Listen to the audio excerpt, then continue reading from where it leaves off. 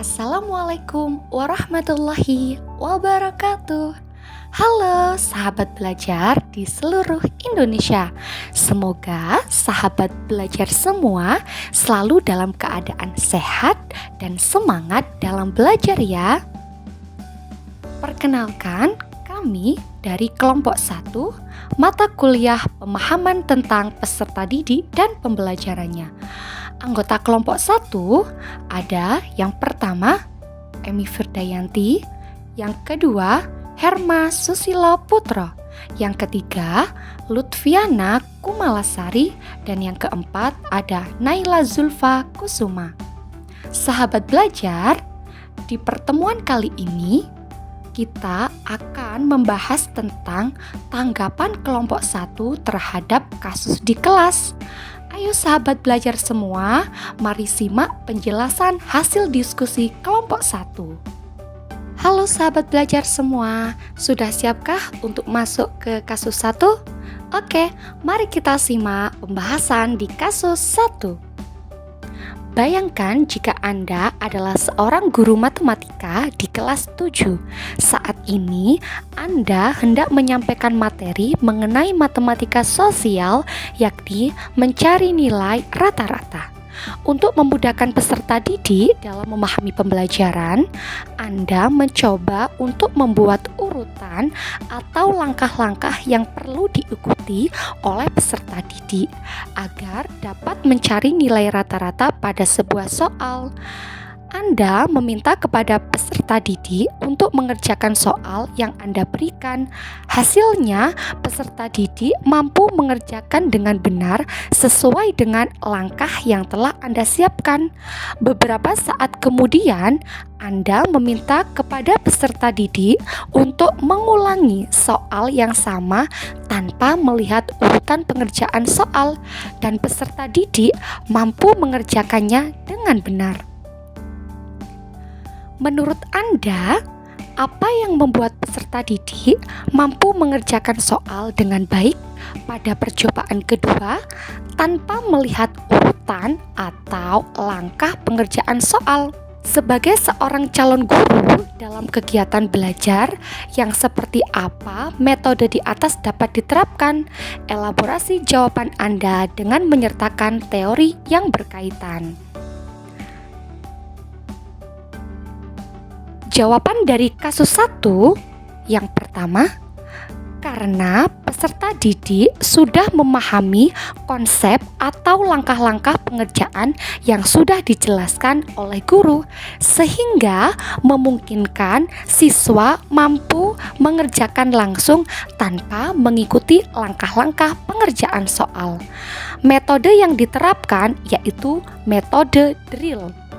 Metode drill yaitu cara mengajar di mana peserta didik melaksanakan latihan agar memiliki kemampuan yang lebih tinggi dari apa yang dipelajari. Teori yang berkaitan yaitu teori behavioristik.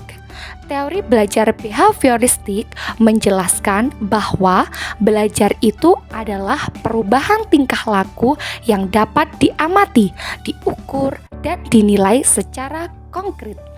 Perubahan tersebut terjadi karena adanya stimulus yang menimbulkan hubungan perilaku reaktif atau respon. Dalam kasus ini, stimulus yang dimaksud yaitu penjelasan mengenai langkah-langkah pengerjaan soal dan latihan soal yang diberikan guru, sedangkan responnya berupa kemampuan peserta didik dalam menyelesaikan soal dengan baik. Kasus kedua, Rina adalah seorang guru di kelas 1 SD. Sebagian besar peserta didiknya belum bisa berhitung dengan lancar. Rina sedang memikirkan cara yang sesuai untuk membantu setiap peserta didik menyelesaikan tantangan belajarnya.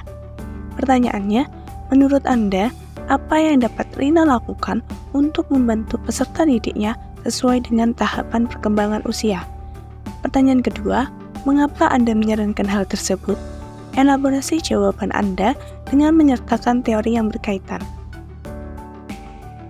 Jawaban dari kelompok kami, pertama, melakukan analisis diagnostik kepada peserta didik. berupa asesmen diagnostik kognitif dan non-kognitif. Pada asesmen diagnostik kognitif, Rina bisa memberikan soal berhitung untuk mengetahui kemampuan awal peserta didik. Asesmen diagnostik non-kognitif digunakan Rina untuk mengetahui gaya belajar, minat, dan profil belajar peserta didik atau latar belakang penyebab kurang lancar dalam berhitung.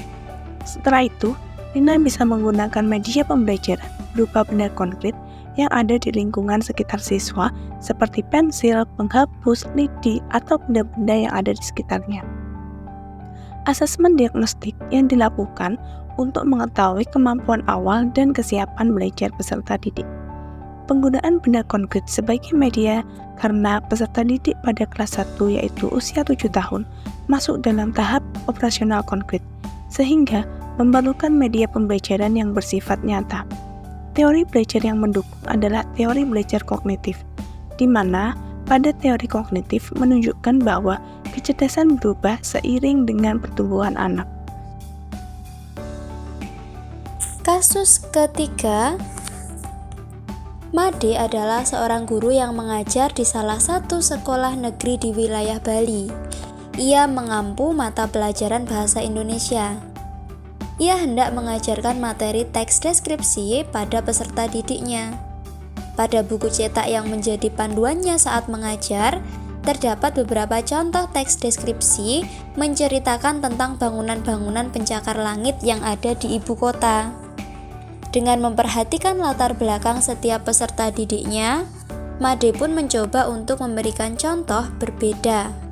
Ia memberikan contoh teks deskripsi tentang pantai dan makanan khas di Bali. Pertanyaan yang pertama, menurut Anda, apakah pertimbangan dan keputusan Made sudah sesuai? Mengapa demikian? 2. Prinsip apa yang Made gunakan dalam kasus tersebut? Elaborasi jawaban Anda dengan menyertakan teori yang berkaitan. Jawaban kasus 3. Menurut kelompok kami sesuai, karena keputusan Made memberikan contoh kepada peserta didik dari hal-hal sederhana yang ada di lingkungan sekitarnya, sehingga hal tersebut mempermudah peserta didik dalam memahami teks deskripsi. Jawaban dari soal yang kedua, berdasarkan skenario Made tersebut, teori belajar yang sesuai dengan pendekatan pengajaran Made adalah teori konstruktivisme. Teori ini menekankan pada pembelajaran yang berpusat pada peserta didik, di mana pengetahuan dibangun oleh peserta didik melalui pengalaman, refleksi, dan pemahaman tentang dunia sekitar mereka. Dalam konteks ini, Made mencoba untuk mengaitkan pembelajaran dengan pengalaman hidup dan latar belakang budaya peserta didiknya, yang sesuai dengan prinsip-prinsip konstruktivisme. Prinsip-prinsip tersebut yaitu 1. Pembelajaran berpusat pada peserta didik. 2. Pembelajaran berbasis pengalaman. 3. Pembelajaran kolaboratif. 4. Pentingnya koneksi antar materi. Nah, demikian tadi pemaparan jawaban terhadap kasus dari kami kelompok 1. Apabila ada kurangnya kami mohon maaf. Sekian, terima kasih. Wassalamualaikum warahmatullahi wabarakatuh.